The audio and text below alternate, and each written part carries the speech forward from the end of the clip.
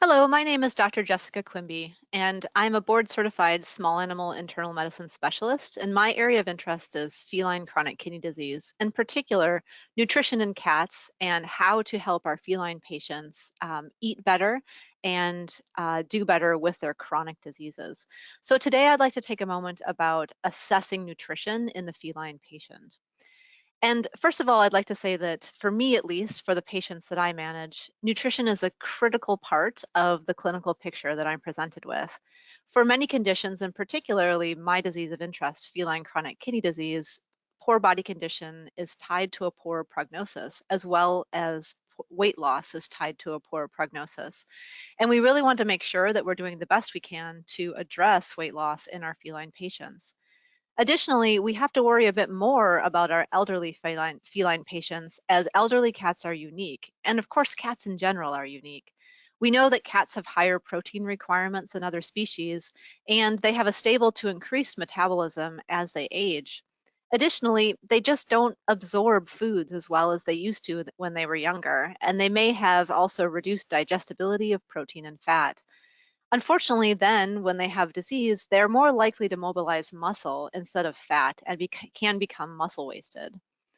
Additionally, I think the thing that I struggle most when working with my caretakers of the cats that I see is the effect of nutrition and appetite and eating on the quality of life of the patient. And many owners perceive unwillingness to eat as being very stressful, and they perceive it as being a part of quality of life. And really, this is one of the reasons why an owner may decide that the cat is no longer doing well, and we may end up electing to humanely euthanize that patient. So for many reasons, it's very, very important for us to keep them eating and to keep them doing well. And a huge part of that is the nutritional assessment that I make for my patient. And there's some really good websites. There's a really good reference for this for the WSAVA website in terms of a nutritional toolkit to use in your package. And they refer to this as the fifth vital sign. So when I think about a nutritional assessment, what I'm really thinking about is performing a weight measurement, looking at body condition score, muscle mass score, getting a good diet history, and also adequacy of caloric intake, calculating that for each patient every single time that they come in. And gathering this information is going to allow me to make a nutritional plan for that patient that will give us a good idea of whether they're meeting the goals that I have, and then how do we manage that going forward. And when I say adequacy of dietary intake, I do really mean making a calculation for that patient and having a good understanding of the foods that they're eating. What's the caloric density of those foods, and are we actually meeting those goals?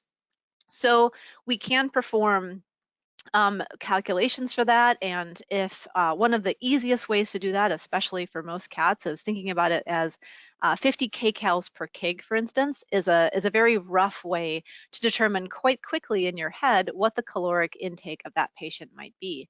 So if you have a 4 kilogram cat, for instance, they may need about 200 kcals per day, and that's our caloric goal for that patient.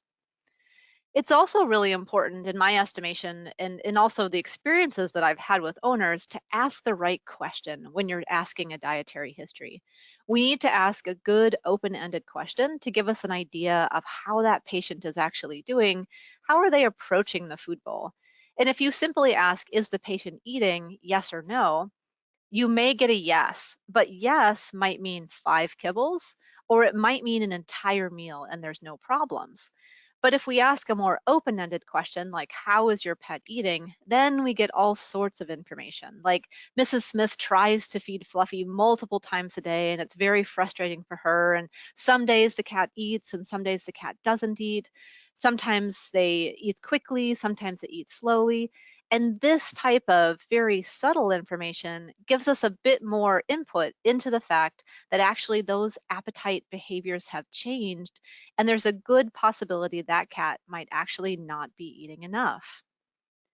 And so when we think about formulating a nutritional plan for that patient, again, that diet history is very important.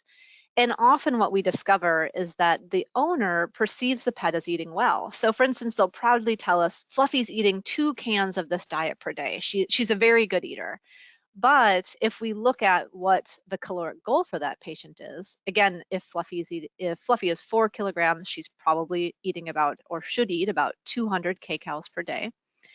And then I look at the diet that the pet is eating. Maybe that canned food, especially those smaller, more like 3-ounce cans, are usually only about 75 to 85 kcals per can. Well, that means that in order to actually meet that caloric goal, Fluffy needs to be eating about 2 1/3 of those cans. And although 2 seems like a good goal to the owner, in fact, that means that that pet is chronically not getting the caloric intake that she needs. That may not seem like a lot, but when you're a very small cat, actually, you are very likely then to lose weight if you're not meeting your caloric goal. And that's exactly that identifying that problem, even that little difference, is potentially a big deal for these patients. So furthermore, we create these plans, but then we want to make sure that we're actually getting the follow-up. And this is where the hard part comes. Is the cat actually following directions? Is the owner actually able to determine what's going on in the household? Maybe they have multiple cats and it can be quite challenging, but we really set them a goal of going home and figuring out, what is the cat eating? Are we making our caloric goal? And it's very important to touch base again to say, are we meeting that caloric goal? That means that we do need to see that cat back for a nutritional recheck. So rechecking the weight, making sure that we're maintaining the body condition score and the muscle mass score. And if the cat, is significantly stressed in the hospital, what can the owner do additionally at home to monitor? Many of our owners get a baby scale at home to weigh their pet over time so that they can keep track of the weight. And we do teach them about how to do this and how to check things like, making sure they understand what muscle loss means on the cat when they're petting it, because they see them all the time. So once we have this nutritional plan and a nutritional follow-up plan, then we're much better informed in order to decide what to do with the pet from there. And really, this all comes down to when to intervene. It's very important to realize that in the feline patient, even a small amount of weight loss is potentially quite significant for them. So 5%.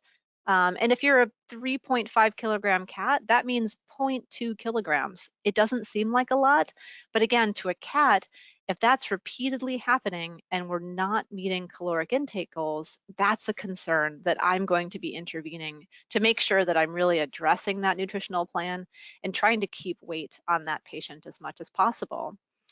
Furthermore, again, that this whole package of the nutritional assessment, we very much feel like weight loss is associated with this loss of body condition and muscle mass. That makes sense, right?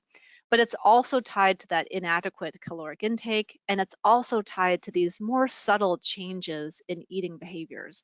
So when we see those things start to happen, we have to make sure that we're addressing and assessing that whole patient over and over again every time we see them, to determine again when I would intervene. And I intervene and try to medically manage their weight loss and all of these things as soon as we see repeated, consistent issue in this regard. And that's, to me, is a very important part of managing my patient in their state of illness.